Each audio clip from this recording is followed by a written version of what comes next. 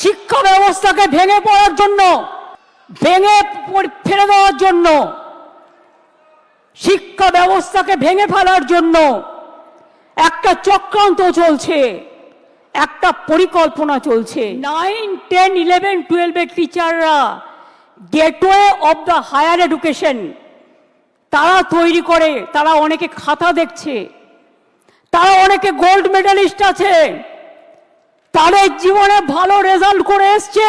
সবাইকে চোর বলে দিচ্ছেন, সবাইকে অযোগ্য বলে দিচ্ছেন। এই বলবার অধিকার আপনাদের দিল কে?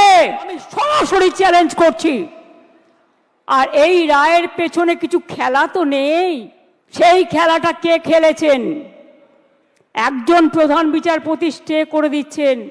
আমরা তো মনে করি আইনের সম্মান একজন যেটা করে, উচ্চ আদালতের সর্বোচ্চ আদালত ন্যায় দেবেন, এটাই আমরা আশা করি।